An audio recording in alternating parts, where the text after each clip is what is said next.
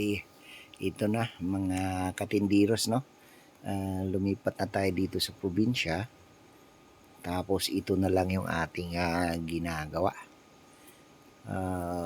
Namimili na lang tayo ng uling at kopra.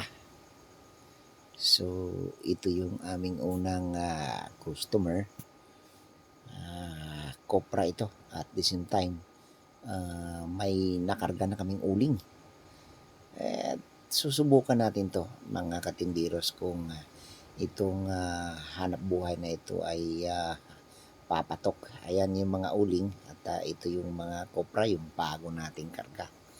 So antabayanan niyo po ito mga katindiros dahil marami tayong matututunan dito kung paano magkaroon ng mga panibagong hanap buhay kung saan man tayo naroroon.